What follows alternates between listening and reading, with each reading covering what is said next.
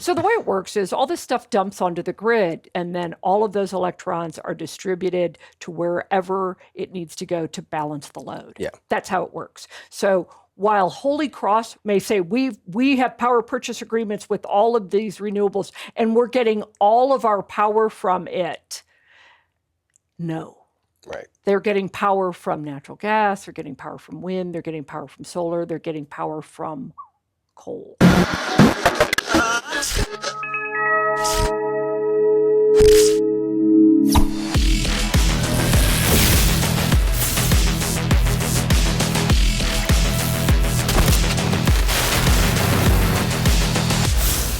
All right, ladies and gentlemen, welcome back to another episode of PowerGab, your go-to show for all things energy and environmental policy in the state of Colorado.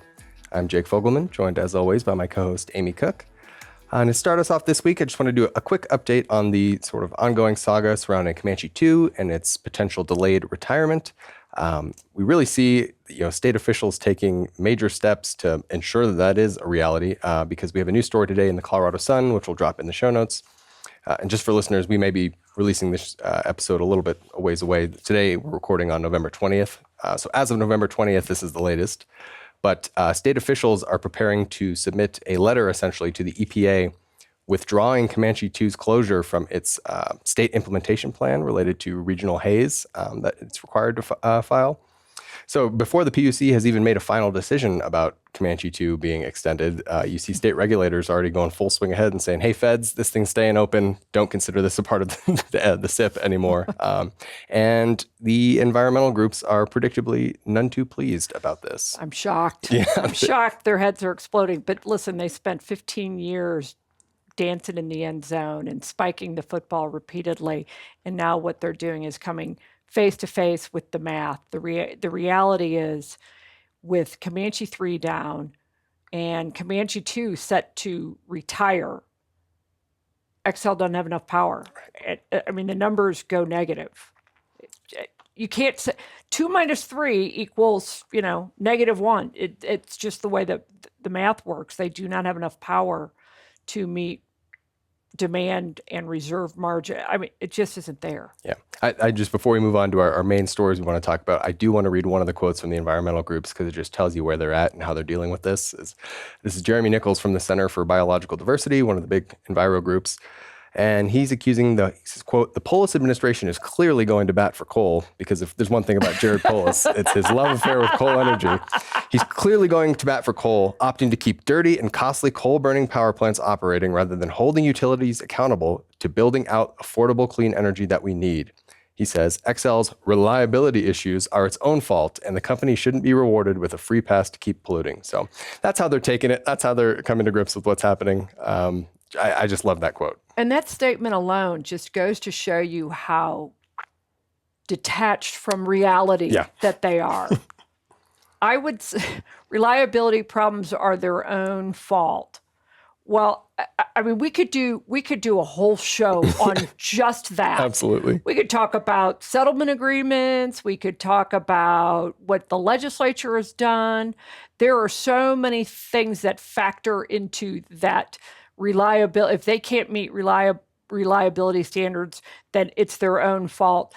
And I got to tell you, if they can't meet it and the lights don't go on, listen, it's going to be everybody's fault at that point. But that's hilarious. I also saw one that essentially accused the administration of caving to the Trump administration, which I'm laughing. How many times has the state sued the Trump administration? I mean, the problem is, I wouldn't say, the problem for Jeremy is people are getting a dose of energy realism. Yep. And he has not yet. But when his own power goes out, and it's, whether it's in winter or summer, when his own power goes out, he will suddenly feel a little bit of pain. So maybe a little dose of realism will set in there. Maybe, I don't know. But we'll, of course, stay on top of the discussion surrounding Comanche 2, because it is, like we've talked about, one of the bigger stories in Colorado energy policy this year. But beyond Comanche 2, we wanted to do a little bit of a discussion of the trend that we're seeing in Colorado co-ops. So Naturally, Xcel Energy takes up a lot of the topics and a lot of our time on the show just because it is the big 800-pound gorilla in the room. It's the state's largest electric utility. It's the largest gas utility. It serves the most customers by number. And it's just a big dominant player in Colorado policy. But of course, Colorado has dozens of co-ops that serve customers primarily in rural areas and areas that maybe were once rural but aren't so much anymore. But there's been some fascinating stories in some local outlets lately that kind of talk about, as the state is, moving beyond, or let's say nudging people beyond big centralized power plants, how utility or how co-ops rather are responding to that. And one of them comes to us from the Colorado Sun as well, talking about what United Power is doing and their concerted effort to go what the article calls hyper local. Yeah, actually, I love this. And we have gotten listeners who have wondered, pay a little more attention to the co-ops. Not quite like that, but they're 100% correct. We do spend I shouldn't say way too much time. We spend a lot of time talking about Xcel, and there's a reason for it. They are the trendsetter. Yep. As Xcel goes, I think so goes other utilities in the state. And also, remember this, Xcel supplies power to co-ops. Absolutely. So some of the co-ops actually get their power from Xcel. Not all of it, but they do get some of their power from Xcel. Well, the one of them that we're going to talk about, United Power, which is Adams County, kind of Brighton-ish area. And they serve 113,000 customer or members. I think that's what they call theirs, members in their service area. And they used to purchase power from Tri-State. That's where they got their power. So Tri-State was the other one that would sell power to co-ops. And they would have these very long power purchase agreements. And in the case of United Power, it was 50 years.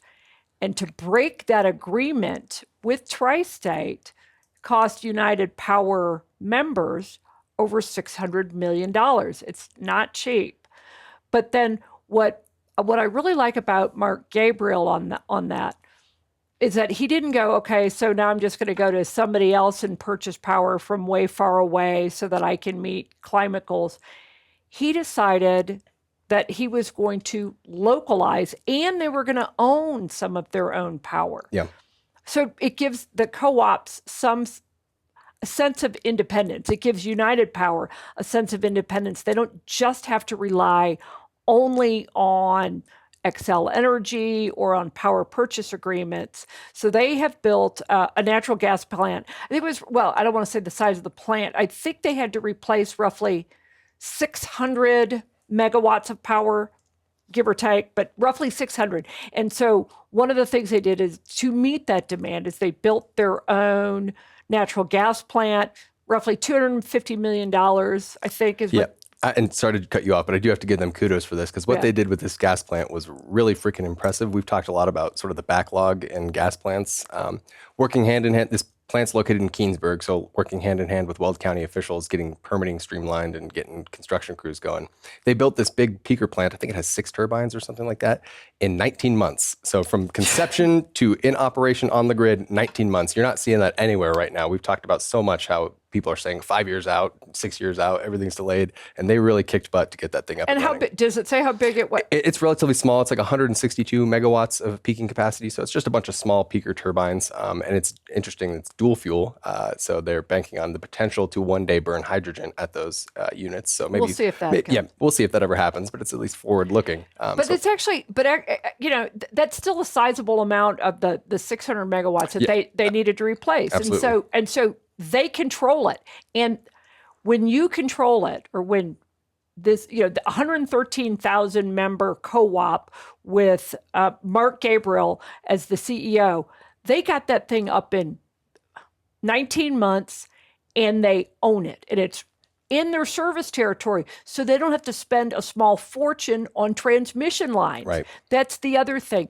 It's so smart of them to own part of their own transmission or of their own generation and have it close enough so that they don't have to spend a fortune on transmission lines.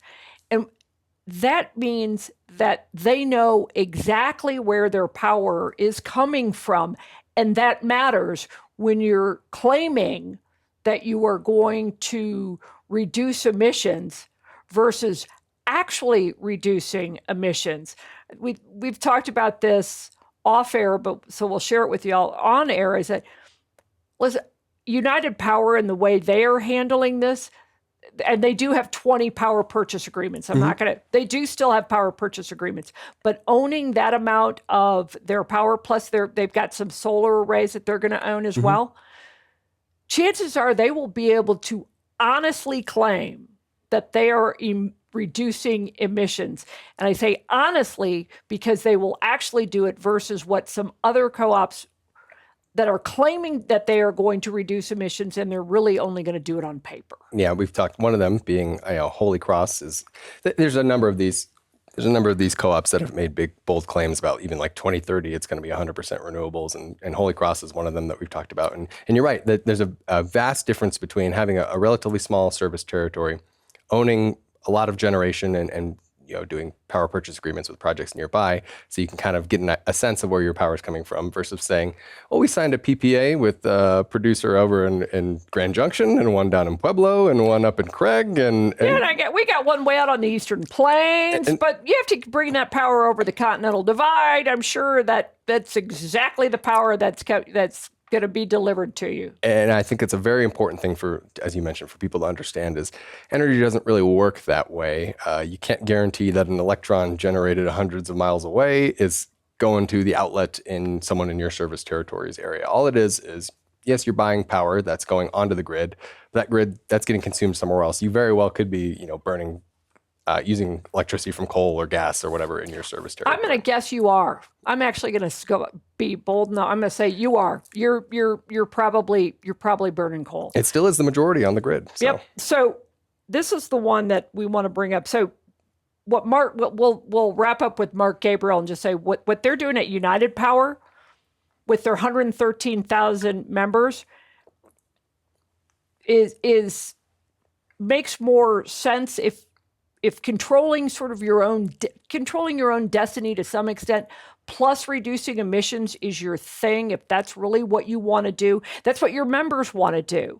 The way Mark Gabriel is handling it is probably going to get United Power closer to the actual carbon emissions reduction versus some other. And I'll bring up one. And it's Holy Cross. We just mentioned it. Brian Hannigan is the CEO. There's an article in Big Pivots by Alan Best. By the way, it's another place where we go to catch up on news, find news that are stories that you can't find in other places.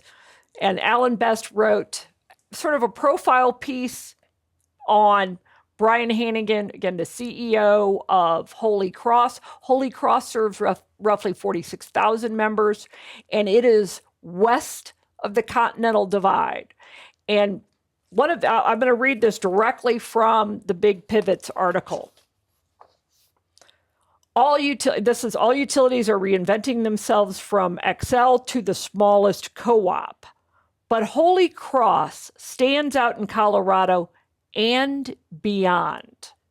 It will probably end this year, 2025, nearing 90% electrical generation from renewable sources.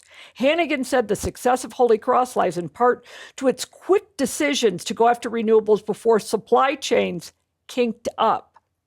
It's also extremely important it moved its output from Comanche 3, a coal-burning unit of which it owns 8%, to Guzman Energy, leaving room for more renewables. So Alan Best is saying, and Brian Hannigan is, I suspect Brian Hannigan is saying, and Alan Best is simply reporting that Holy Cross says it is going to get 90% of its electrical generation from renewable sources as early as the end of this year. What do you think of that? I was going to say that would be quite a feat if true, but I think I strongly suspect it's the exact dynamic we just mentioned. A 46,000 person co-op. I would struggle to imagine that having sufficient wind, and especially solar. Solar isn't even that large of a resource on Colorado's grid as of yet, that it's getting all of that to serve 46,000 people 24/7, hours a day from just those resources. And that he probably is still getting, maybe they don't own that 8% of Comanche 3 anymore, but I bet they're still getting some Comanche 3 electrons every now and then. Yeah, I hate to tell you, you're getting some coal. So the way it works is all this stuff dumps onto the grid. There is no, oh, you bought from the wind farm out in Kit Carson, so therefore there's no direct path. There's no direct transmission line from Kit Carson to Holy Cross and then distributing that. It's not how it works. It all gets dumped into it, and it's like soup. And then the soup just gets, the electron soup goes where there's a demand, but it all goes onto the grid. There is no way of knowing if I can pretty much bet that all of those electrons, the electrons from the wind facility out in Kit Carson is not just going to Holy Cross. It gets dumped onto the grid, and then all of those electrons are distributed to wherever it needs to go to balance the load. Yeah. That's how it works. So while Holy Cross may on paper, on the accounting side of it, may say we have power purchase agreements with all of these renewables and we're getting all of our power from it. No. Right. They're getting power from natural gas, they're getting power from wind, they're getting power from solar, they're getting power from coal. Right. Have they taken carbon out of the air? Probably with the power. If there's demand for wind and solar and it's coming online, yeah. So that there's truth in that.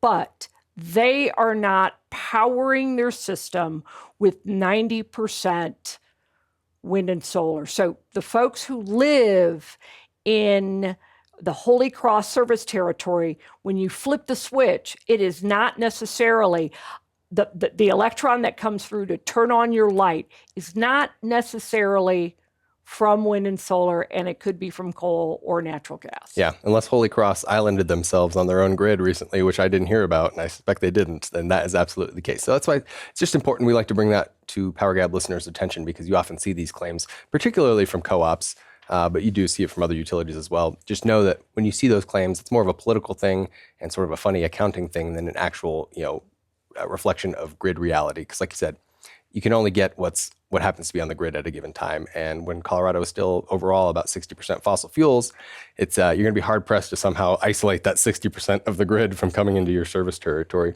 at a given time. Before we jump to takeaways and come up on time here, I did want to say one more thing about United Power too that I think is really cool. I want to say that they are. I think what Gabriel's doing and what they're doing is really shrewd and speaks to perhaps the way of the future with these sort of small scale projects, local generation.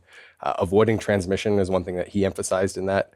We've talked about so much how just the difficulty it is in getting transmission built between, tariffs and labor and demand and permitting. And I really think that more and more you're going to see utilities go that small scale route. You've talked about this in the past at Independence Institute, even the microgrids and various realities, what this new paradigm of energy is able to bring to particular utilities or enterprising, data center operators or consumer regulated electricity. I think you're going to see a lot of small scale stuff because people just don't want to pay the exorbitant expense that comes from trying to build transmission lines to far away utility scale wind projects or utility scale solar projects. So just wanted to get that out there. I think look for that, folks that are watching the way of the future, especially with these smaller utilities. I'll kick it to you, Amy, if you have any last thoughts or takeaways for our listeners. Well, that for sure is one of them, is that I think you're 100% right. It's going to be hyper local. It's as if they're building their own microgrid because and this is where Mark Gabriel is really smart. He's firming his own grid. He knows he's got 113,000 members that, and let's face it, his membership is going to be more blue collar and, dare I say, more in tune to energy realism. I mean, he knows he has to firm that grid, and he's doing it because not going to rely on the state, not going to rely on a large monopoly utility, has some power purchase agreements, clearly, but looking at firming their own grid to avoid those transmission costs, I think is genius. Also, I mean, it's when we get to our community microgrids, you'll hope, it'll be even less spent on transmission lines. So you're right. My number one takeaway is hyperlocal to that point. I think he's genius on that. And second takeaway is beware of accounting gimmicks that say, when your co-op says it's getting that by the end of the year, 90% of the power will come from renewable sources, and those renewable sources are hundreds of miles away, I think you have to ask your CEO, is there a direct line from that wind farm to the distribution point for Holy Cross? And if it's not, what's happening is it's being dumped into the grid like the electron soup, and the electrons are just going wherever they need to go to balance the load. So beware of accounting gimmicks that say it's 100% or 90% renewable. It just isn't the case. And then 3, firm your own grid, and you can totally avoid transmission costs because you're taking care of your own house. So that's it. Get a generator, buy a generator. Oh, I will say, we actually are going to do the generator thing. So if you know anybody who wants to donate a generator, we're going to give one away to a lucky viewer, listener. We haven't decided exactly how we're going to do that, but that just means you should tune in for the next show, because by then, our fabulous producer, the guy who's behind the scenes, will have figured all of that out, that we can share that with you. But we will be giving away a generator. Yep, we want to help you folks firm your own grid, like we always say. That's right. But that does it for us here on this episode of PowerGab. If folks like what they saw, they can head over to powergab.org to check out our entire back catalog. We produce new episodes every single week. We're also available wherever you get your audio shows, whether that's Spotify or Apple Podcasts. And if you'd like to reach out to us to suggest future show topics or guests you'd like to see us interview, or if you want to mention a generator you want to give us, you can send that to info@powergab.org. We always love hearing from you guys. But until next week, we'll see you.